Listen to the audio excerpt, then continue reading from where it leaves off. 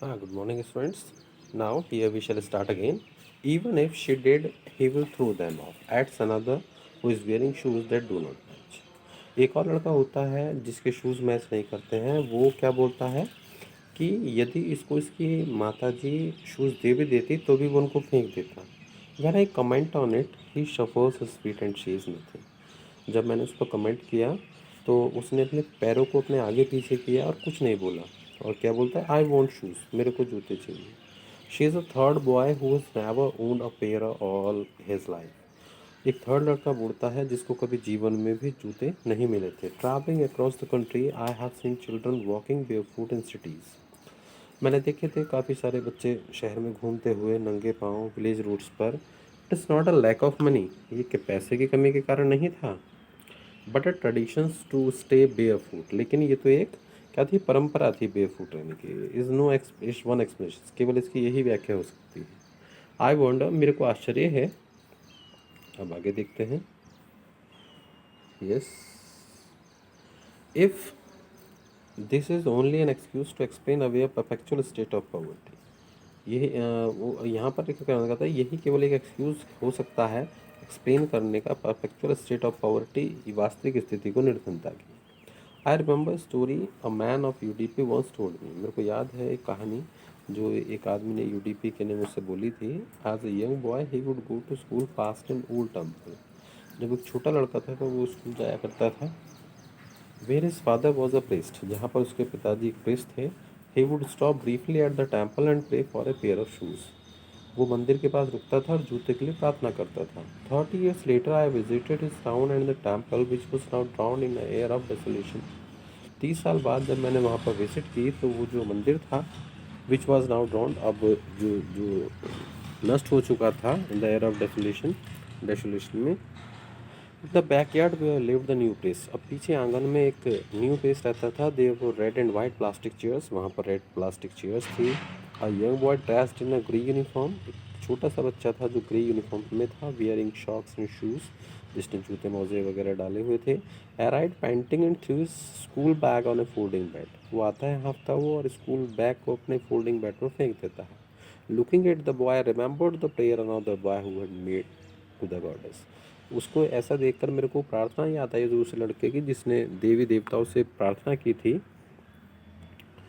कि when he had finally got a pair of shoes, कि अंततः उसको जूते मिल गए।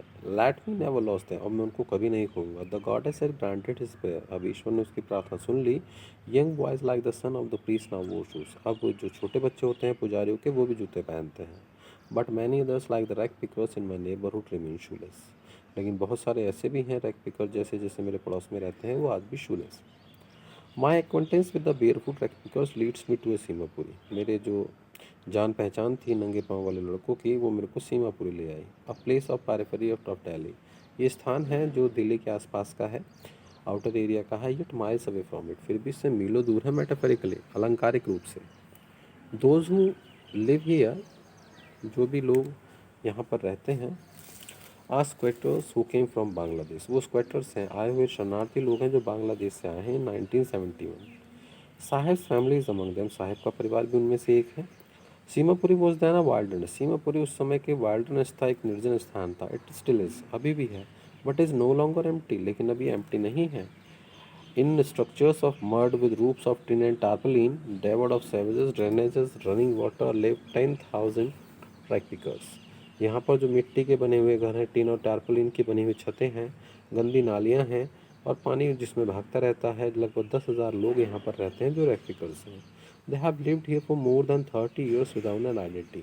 उनको रहते हुए लगभग 30 साल से भी ऊपर हो गए हैं बिना किसी पहचान के, विदाउट परमिट्स, बिना परमिट के। But will ration card they get their names on voters, लेकिन उनके पास राशन कार्ड है जिससे कि उनके नाम वोटर लिस्ट में भी है। Now will see again list and enables them to buy grace, जिससे कि वो उनके नाम वोटर लिस्ट में आ गए हैं और उनसे वो अनाज मिल सकता है उनको। Food is more important for survival than identity, भोजन ज़्यादा ज़रूरी होता है आइडेंटिटी से।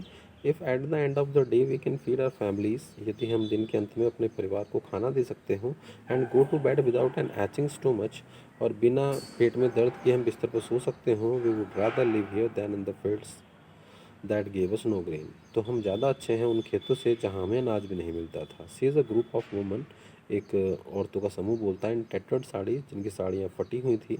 When I asked them why they left the beautiful land of green fields and reverse, जब मैं उनसे पूछा था कि तुमने हरे भरे मैदानों को, नदियों को क्यों छोड़ा था।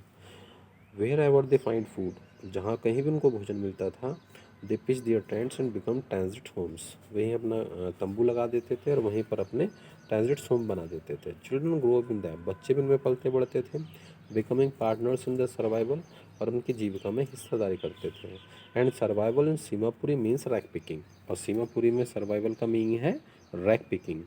थ्रू द ईयर्स, वर्षों से, it has acquired the proportions of a fine art, वर्षों से ये जो रही एक कला रही है। Garbage to them is good, उनके लिए गार्बेज का मतलब गुड होता है। It is their daily bread, यही उनकी डेली ब्रेड है।